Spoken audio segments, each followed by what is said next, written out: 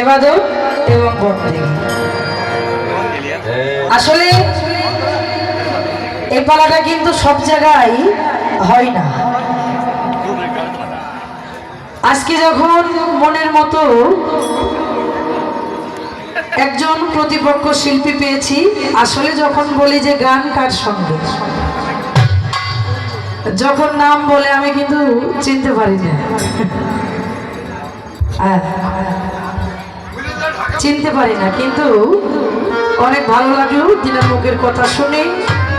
আমার বড় ভাই আতিয়ার সরকার চরণে ভক্তি রইল। আর বিশেষ করে যে কথা না বললেই নয়, যার কথা না বললেই নয়, আমাদের বাংলাদেশের সুনামধন্য গায়িকা আমার রেশমা খালা এবং আমাদের জামাই বাবাজি শরীফ উদাস গুরুতর অসুস্থ। আপনারা সকলেই ওনার জন্য দোয়া করবেন, তাড়াতাড়ি সুস্থ হয়ে যাক। তো সর্বপ্রথম আমি আমার ভূমিকা থেকে ছোট্ট করে একটি গান করে আসি। ইবাদত এবং বন্দেগী, আমরা ইবাদত বন্দেগী করব কিভাবে, কোন কায়দার উপরে, কি কাজ করলে সহজে আমাদের ইবাদত বন্দেগী আদায় হবে, সেই বিষয় নিয়ে কিছু আলোচনা করব। তার আগে ছোট্ট করে একটি গান আমি রেখে আসি।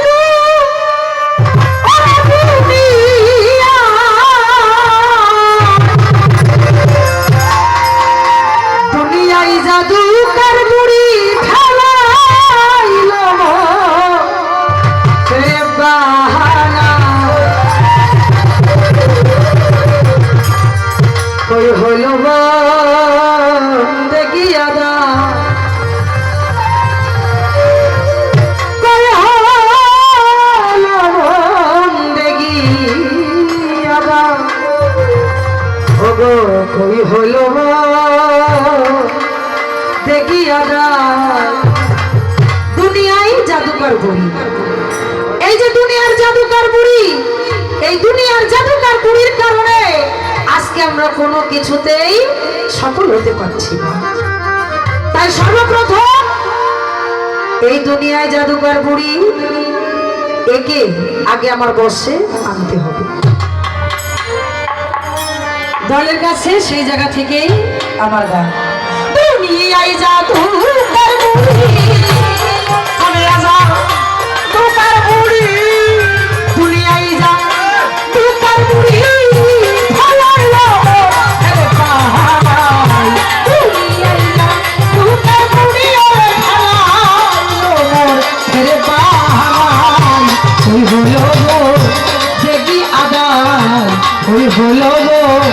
দেখি আদা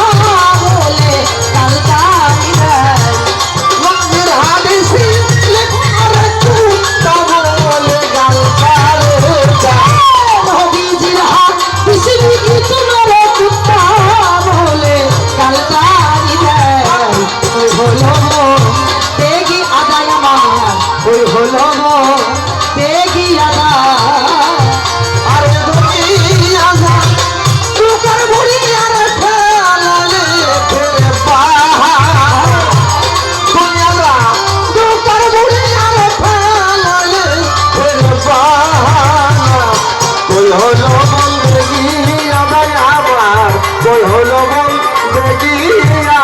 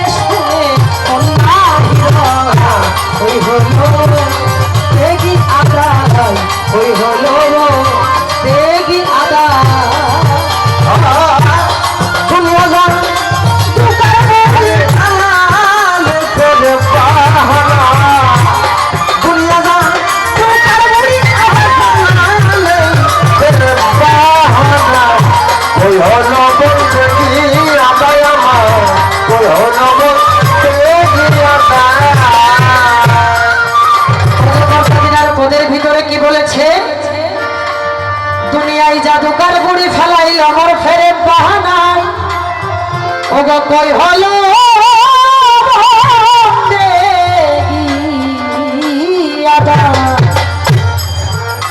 দুনিয়ায় জাদুকার বুড়ি ফেলাইল মোর ফেরে বাহানায় কই হলো বন্দেগি আমি যতই বন্দেগি করব বলে মনটাকে এক জায়গায় করে স্থির করে আমি রাখতে চাচ্ছি কিন্তু আমার সেটা হচ্ছে না। এই যে দুনিয়ায় জাদুকার বুড়ি এই দুনিয়ায় জাদুকার বুড়ি বিভিন্ন রকম ফেরে বাহানায় আমাকে ফেলিয়ে দিচ্ছে। সর্বপ্রথম আমার দয়াল দরদির কাছে আরজি, এই যে দুনিয়ায় জাদুকার বুড়ি যার জন্য আমি ইবাদত বন্দেগী কোনো কিছুই করতে পারছি না, এই দুনিয়ায় জাদুকার বুড়িকে আমি কি করে আমার বশে আনতে পারবো, আমার আয়ত্তের ভিতরে আনতে পারবো, ও যেন আমার কথা মতো ওঠা বসা করে। এটা কোন কাজ করলে আমি সফল হব, কোন কর্ম করবে আপনি একটু দেখিয়ে যাবেন। আর বন্দেগী করিব বলে এসেছিল সকল গিয়াছি ভুলে ওগো দুনিয়ার কি আলে সবাই আমি বন্দেগী করব বলে কোরআন দিয়ে চলে আসছি বাড়ি থেকে, কিন্তু এই যে দুনিয়ার মহামায়ায়, এই দুনিয়ার মায়ায় পড়ে আমি ইবাদত বন্দেগী করতে পারছি। এই দুনিয়ার মায়াটা আমি কাটাবো কোন কায়দায়, আপনি সে কায়দা ক্যাপাসিটিটা আপনি দেখাবেন। এটুকুই আপনার কাছে আমার চাওয়া। আর দুনিয়া যে ফাতুন কি লাবনা কালেমন নবীজির হাদিস নাকি তুমকুত্তা বলে গালতাম দাম। আমার নবীজি এমন একজন দয়ার ব্যক্তি, এমন একজন দয়ার ব্যক্তি, তিনাকে একদল মানুষে কুত্তার সমতুল্য মনে করে কুত্তা বলে গালি দিয়েছিল। আমি জানতে চাই আমার দয়ার নবী, মায়ার নবী, সেই নবীকে কুত্তার সমতুল্য মনে করে গালি দিয়েছিল এই দলটা কারা এবং এই দলে জনসংখ্যা কতগুলো ছিল? এরা কোন দল একটু সুন্দরভাবে বলবেন। দুনিয়া তরফে যারা ইবাদতে কামেল করা ওগো লালন শাহ তেরা ওগো দেখে শুনে দেখাই দুনিয়া তরফে যারা। এখান থেকে ছোট্ট করে আমার জানবার বিষয়, এই যে তরফ শব্দের অর্থ, এই তরফ শব্দের অর্থটা কি দরদি আপনি একটু বলবেন। এটা আমি বুঝতে পারছি না, এই তরফ শব্দের অর্থটা কি একটু সুন্দরভাবে আপনি বলবেন। যেহেতু প্রথম বক্স আমি বেশি কিছু বলবো না, আগে বাজারের ভাব দেখে নি তারপরে বেচা কিনা বললে হবে নাকি? বাজারের ভাব দেখে তারপরে বেচা কিনা। দুনিয়া তো